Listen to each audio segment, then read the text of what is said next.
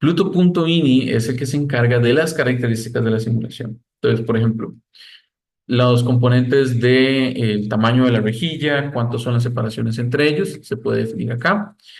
Entonces, yo voy a tener, por ejemplo, X1 grid, es el valor asociado a X. Entonces, él va a ir, entonces en este caso va a ir de, va a ser de 0.0, va a empezar en 0.0, va a dividirse 100 veces, va a tener divisiones uniformes y va a llegar a 1. O sea, va a ser de 0 a 1. Pero las divisiones de 0 a 1 van a ser 100 divisiones y cada separación entre las divisiones es constante. En simulaciones es muy importante qué tan grande y qué tan separadas están las rejillas. Dependiendo de la simulación, diferentes distribuciones tienen sus ciertos beneficios. Para el segundo componente, ¿verdad? La rejilla es cuadrada, entonces también tengo que definir las características para el componente Y. Yo esto lo puedo manipular y lo puedo cambiar, ¿verdad? Eso ya es de uso y como uno quiere el sistema. Esta parte que está acá, que se llama Chombo Refinement, eso no lo tocamos. Nosotros no usamos Chombo para programas sencillos.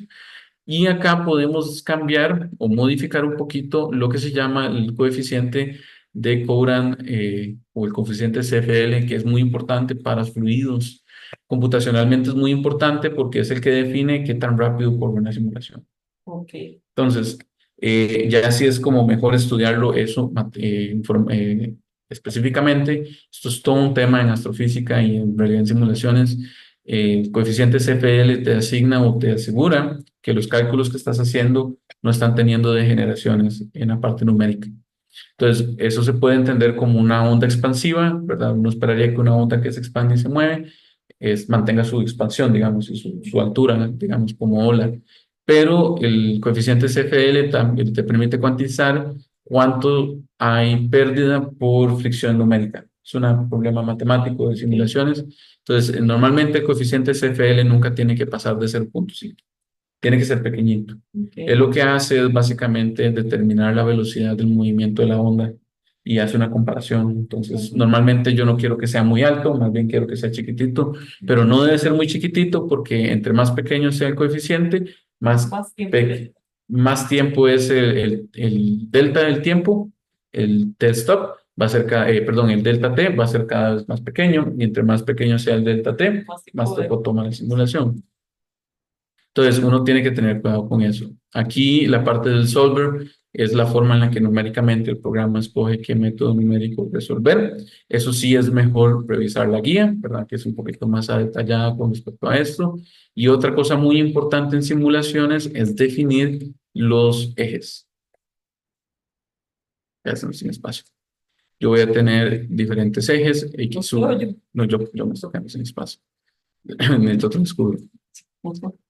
Entonces yo voy a, por ejemplo, notar que tengo X1, ¿verdad? Que es el eje X, tengo el eje Y el eje Z. Para las simulaciones es muy importante definir las condiciones de frontera, igual que cuando uno está resolviendo ecuaciones diferenciales. Ok. Para poder resolver ecuaciones diferenciales, uno tiene que definir las fronteras. Acá es muy importante definir qué tipo de fronteras son. Y hay muchos tipos. Entonces, también recomiendo leer la sección de las fronteras para entender qué tipo de fronteras hay. Cada uno de los problemas, digamos así, Tienen fronteras distintas. Entonces, por ejemplo, yo para eso quiero, que vamos a hacer. aquí hay, ese sí es un poquito jugado porque uno define que las fronteras en Y sean reflectivas, o sea, que devuelvan el plasma, pero el componente, las fronteras en X, tienen la capacidad de dejar pasar el plasma. O sea, el plasma sale y se escapa de la simulación. Entonces, esa es la condición de output. Output es básicamente Sí, que que sale. el plasma sale. Tanto el plasma como el campo magnético numéricamente pueden salir. Y Entonces, digamos, ¿en qué específicamente utilizaría eso que en el eje Y, el plasma es, ok, mucho, dije como en kits o algo así, no? en ese caso, bueno, uno puede probarlo y practicar para que vean que no, si ustedes no corren una simulación con fronteras incorrectas, no funciona, el programa se cae. Numéricamente no es estable. Eh, en algunos casos el escenario tiene condiciones físicas, como por ejemplo, digamos, yo digo que no, el sistema es aislado, pero tiene una región donde sale plasma. Entonces, la región donde el plasma puede escapar es una condición de frontera de outflow. Yo puedo escoger condiciones reflectivas, que lo que quiero es que si el plasma va a intentar salir por esa cara, el plasma rebote y se devuelva. y el campo magnético haga lo mismo. Pero la idea es simplemente que en esa dimensión no hay, hay una tapa que cubre la solución para que se escape. Entonces, numéricamente es importante porque es como tratar una caja, ¿verdad? Es como un tubo, digamos. Entonces, es muy importante si dice yo quiero simular un tubo, y yo tengo que definir la región del tubo físico donde existe el tubo como tal. Entonces, eso siempre hay que definirlo. Sí, sí, sí. Por otro lado, en este caso no lo voy a hacer, pero también es posible crear variables y ponerles nombre y que Pluto de un solo explícitamente me calcule la variable y me la exporte. Pero eso es un poquito más complicado, ¿verdad? Entonces normalmente no recomiendo hacerlo. También yo puedo definir el output y básicamente definir en qué región quiero que empiece a soltar los datos de la simulación. Yo voy a querer, por ejemplo, que se llame, por ejemplo, un lugar que se llame data. Entonces, la carpeta que se llama data, él va a empezar a botar todos los resultados en data, en una carpeta aparte. Pluto funciona de manera más estable en DBL. Yo puedo escoger cuál es la frecuencia o la velocidad a la que va a ir soltando los datos. Entonces, yo puedo decir que sea, por ejemplo, 0.1. Entonces, cada vez que el tiempo alcanza un valor de 0.1, va a guardar archivo. Entonces 0.1, 0.2, 0.3, 0.4, 0.5. Si yo lo hago 0.01, entonces cada vez que él se acerque a 0.01 en el tiempo, entonces va a guardar un archivo. Ese es el delta que vamos a guardar. Entonces él va a guardar n cantidad de datos hasta llegar a 1. Entonces, si yo quiero ver el progreso evolutivo del sistema, tengo que hacer tengo que generar muchos archivos. Yo, por ejemplo, si quiero nada más un resultado final, escojo uno. En el caso mío, yo recomiendo también generar un archivo de BTK. Si el valor tiene un -1 asignado al frente, eso básicamente quiere decir que no va a generar ese archivo. Entonces, BTK es bastante útil para correr y leer para IDL, BTK. IDL también lee. No, pero BTK, ¿qué es? BTK es un formato de binario en donde se guarda la data. Okay.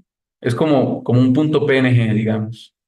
Nada más que BTK lo usa mucho para View, Visit, matemática, ¿verdad? Muchos programas que leen simulaciones leen BTK. Entonces, si uno quiere verlo, BTK es el candidato, digamos. También H5, DB1.H5 también funciona, no lo recomiendo. Después también está el log, que es lo que te va. PNG para la imagen. Mm. Ahí. PNG te genera una imagen, sí. Y yo tengo una pregunta. Sí. Digamos, llego yo y corro la simulación de cierto tiempo, ¿verdad? Entonces, ese PNG, como tú le di que me diera solamente un archivo final, lo que me va a generar es una imagen Una imagen final, final. digamos. O sea, ¿qué pasó al final? Sí, es una imagen Si más yo o quisiera menos. hacer un video, tendría que hacerlo preguntando. En realidad, ahí mi recomendación sería leerlo, más bien generar los archivos de DVL y cargar lo que yo quiero, porque PNG te va a sacar DVL. Hacer un programa en que lea DVL y que lentamente vaya generando las imágenes. Bueno, no está aquí, pero. DVL. Entonces, DVL. yo prefiero analizar por aparte Por y eso, generar las imágenes por por aparte. eso, entonces, digamos, uno le pone 0.1, digamos, y como Él te va a generar en archivos. entonces yo llego, sí, ya después. Ya después yo recomiendo en Python después puedes agarrar y leerlo en Python y ya escoges cómo querés que se vean, ¿verdad? Ya puedes usar todo lo que es la parte de las apps, bueno, de los programas de Python para poder, o sea, todo lo que tiene Python ya para leer archivos y analizarlos, que ya eso sí se puede hacer por aparte. Pero el beneficio es que con eso ya tenés toda la data, puedes cargar la data, puedes acomodarla, puedes graficarla o hacer mapas de calor. A mí me encanta hacer mapas de calor. Y uno puede hacer que a cada pequeño elemento de data se haga un mapa. Entonces, puedes juntar todos los mapas a la vez, crear un video con eso y literalmente lo corres.